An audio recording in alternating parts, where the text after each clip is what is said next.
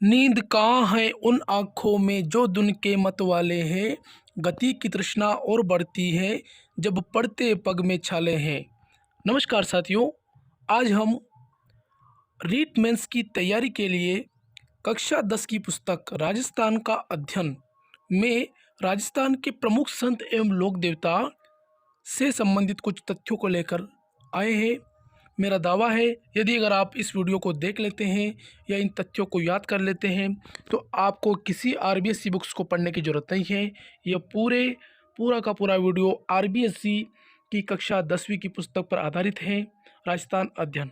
तो आइए बिना किसी देरी से शुरू करते हैं। सबसे पहले अपन पढ़ेंगे गोगा जी के बारे में। गोगा जी गोगा जी तो गोगा जी का जन्म स्थल याद रखना है, ददरेवा शीर्षमेड़ी चूरू में है। माता का नाम क्या है? बाछल। पिता का नाम क्या है? जेवर। किन के समकालीन थे? ये क्वेश्चन कई बार पूछा जा चुका है। गोरखनाथ व मोहम्मद गजनवी के समकालीन थे। गोगा जी के मौसेरे भाइयों के नाम, ये क्वेश्चन बड़ा इंपॉर्टेंट है। मौसेरे भाइयों के नाम तो अर्जन, सुरजन। मौसेरे भाइयों को संपत्ति का विवाद चल रहा था। इनका मौसेरे भाइयों से संपत्ति का विवाद चल रहा था। गोगा जी का जन्म स्थल ये अपने को याद हो गया है, दर्दरेवा शीर्षमेड़ी चूरू में। इनका समाधि स्थल पूछ लिया जाए तो धूरमेड़ी में है। मेला, अब याद रखना है गोगा जी का मेला कहाँ बढ़ता है। तो गोगा जी का मेला बढ़ता है गोगामेड़ी हनुमानगढ़ में, जो कि भाद्रपद कृष्ण नवमी को मेला बढ़ता है। प्रतीक चिन्ह क्या है? अश्वारोही भाला लिए मूर्ति, यानी अश्वारोही भाला लिए गोगा जी की मूर्ति इनका प्रतीक चिन्ह है। इनके उपनाम याद रखना है, ये कई बार पूछे गए हैं। इनके उपनाम है जहार पीर या जाहिर पीर, नागराज या गोगा पीर, इनको कहा जाता है। ठीक है, याद रखना है। अगर ये सारी बातें अगर आपको याद है तो गोगा जी से संबंधित क्वेश्चन आपका गलत नहीं होने वाला है। आगे बढ़ते हैं। तेजा जी, तेजा जी के बारे में पढ़ते हैं। तेजा जी तो इनका जन्म खंडनाल नागौर में हुआ था।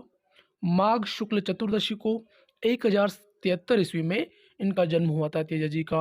इनके माता पिता का नाम जान लेते हैं। माता का नाम राम कुंवरी, पिता का नाम ताहर जी, पत्नी का नाम पेमल दे। ससुराल था इनका पनेर। ये भी याद रखना है कि इनका ससुराल कहाँ था। मृत्यु का कारण, अब तेजा जी की मृत्यु क्यों हुई इसके बारे में भी अपने को याद रखना है।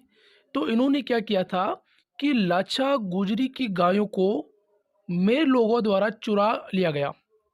क्या हुआ कि लाछा गुजरी की गायों को मेर लोगों द्वारा चुरा लिया गया।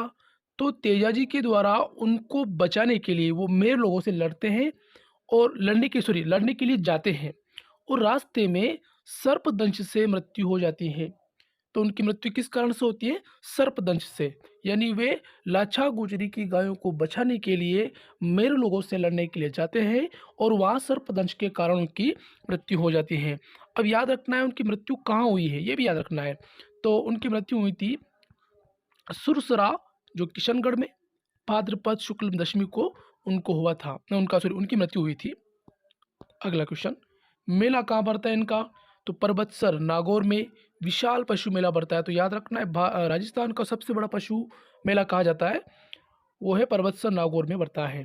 इनको नागों के देवता भी कहा जाता है। इनको भी, इनका प्रतीक चिन्ह क्या है? तलवार धारण किए हुए घोड़े पर सवार योद्धा। क्वेश्चन पूछा जा सकता है कि तलवार धारण किए हुए घोड़े पर सवार योद्धा किस लोक देवता की का प्रतीक चिन्ह है या किस लोक देवता की मूर्ति होती है? तो याद रखना है तेजा जी की होती है। सर्पदंशित व्यक्ति को तेजा जी की तांत बांधे जाने पर विष नहीं चढ़ता है, ऐसा माना जाता है। तांत मतलब डोरी, पूछ लिया जाए तांत का मतलब क्या है, ऐसे 4-5 वो क्वेश्चन बना ले, पूछ सकता है। अगला क्वेश्चन, पाबूजी। पाबूजी के बारे में पढ़ेंगे आप। इनका जन्म स्थान, तो पाबूजी का जन्म के बारे में दांदल जी राठौड़ के यहाँ, इनके पिताजी का नाम था दादन जी राठौड़, 1239 ईस्वी में ग्राम कोल्लू में, जो कि फलोदी में है, जोधपुर में इनका जन्म हुआ था। अब कुछ इतिहासकार इसके बारे में क्या कहते हैं, जैसे मूणोत नैन्सी, महाकवि आशिया तथा अन्य लोगों में प्रचलित मान्यता के अनुसार पाबूजी का जन्म बाड़मेर से 8 कोस दूर, लगभग 8 या 24 किलोमीटर दूर आगे खारी बावड़ी के जूना ग्राम में अप्सरा के गर्भ से हुआ था। ये किसी महिला का नाम है अप्सरा, उनके गर्भ से इनका जन्म हुआ था, ऐसा कहा जाता है पाबूजी के बारे में। अब याद रखना इनका विवाह किनसे हुआ था पाबूजी का, तो अमरकोट के सूरजमल सोड़ा की पुत्री साड़ी के साथ इनका विवाह हुआ था। अब याद रखना इनके प्रतिद्वंदी कौन थे, तो इनके प्रतिद्वंदी बहनोई जायल नागर, जो जायल नागौर में है, उनके नरेश थे जिंदराव खींची। उन्होंने क्या किया कि उनका पूर्व वैर था, मतलब उनके दुश्मनी थी, जाति दुश्मनी थी, तो उन्होंने देवल चारण की गायों को घेर लिया या पकड़ लिया। तो जब देवल चारण ने उनको गायों छुड़ाने के लिए, उनकी गायें छुड़ाने के लिए प्रार्थना की, तो तेजा जी सॉरी पाबूजी, तेजा नहीं सॉरी पाबूजी जो है वो अपने, उनके जो विवाह के फेरे पड़ रहे थे, सोड़ा की पुत्री जो सोड़ी थी, साड़ी थी, उनसे उनका जो विवाह के फेरे पड़ रहे थे, तो उन विवाह के फेरों को वो छोड़कर देवल चारण की गायों को बचाने के लिए अपनी घोड़ी केसर कालमी पर सवार हो जाते हैं। तो याद रखना है पाबूजी की घोड़ी का नाम क्या था, केसर कालमी। अब आगे बढ़ते हैं। कड़े संघर्ष में 1276 ईस्वी में पाबूजी अपने साथियों, अन्य साथियों के साथ वो क्या होते हैं, वीर गति को प्राप्त हो जाते हैं, यानी उनकी मृत्यु हो जाती है। कब हो जाती है, 1276 ईस्वी में। देखो इनको क्या कहा जाता है तो इनको लक्ष्मण का अवतार कहा जाता है। मुख्य पूजा स्थल इनका कोलू फलोदी है। ऊँटों के देवता के रूप में इनको पूजा जाता है पाबूजी को। ऊँटों के स्वस्थ होने पर इनके जो भोपे और भोपियाँ होते हैं वो पाबूजी की फड़ का वाचन करते हैं। तो थैंक यू सो मच। अगर इससे संबंधित जो भी जानकारी है पाबूजी से जुड़ी हुई, ये काफ़ी है आपके लिए, क्योंकि ये आरबीएससी बेस्ड है, या जो किताबें चलती हैं राजस्थान में उस पर आधारित हैं। अगला टॉपिक, देवनारायण जी। अब देवनारायण जी के बारे में पढ़ते हैं। तो इनके पिता कौन थे, तो पिता थे बगड़ावत प्रमुख भोजा या सवाई बोझ जिसे कहते हैं, इनके पिता थे। माता का नाम सेड़ू या साड़ू गुर्जर थी। जन्म 1243 ईस्वी में हुआ। जन्म कहाँ हुआ इनका भाई, तो मालासेरी के जंगलों में आसिंद भिलवाड़ा के आसपास, यानी इनका जन्म भी जो है, इनका जन्म एक तरह से कहते हैं कि जो अच्छे लोग होते हैं उनका जन्म एक विषम परिस्थितियों में होता है नहीं। तो मालासरी के जंगलों में जो आसिंद में पड़ता है, भिलवाड़ा के आसपास, वहाँ इनका जन्म हुआ। पत्नी कौन थी इनकी, तो याद रखना है पीपल दे। मुख्य पूजा स्थल इनका आसिंद भिलवाड़ा में है। मेला कहाँ बढ़ता है, तो ये आसिंद भिलवाड़ा में ही बढ़ता है। कब बढ़ता है, तो भाद्रपद शुक्ल सप्तमी को बढ़ता है। सबसे लंबी फड़ किसकी है, तो याद रखना है देव जी की फड़ या देवनारायण जी की फड़ सबसे लंबी फड़ है। अगले देवता है अपने सामने मल्लीनाथ जी। कौन है, मल्लीनाथ जी।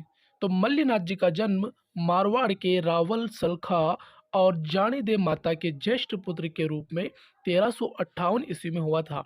याद रखना है पिता का नाम रावल सलखा, माता का नाम जानी दे। 1358 ईस्वी में हुआ था मल्लीनाथ जी का जन्म, याद रखना है।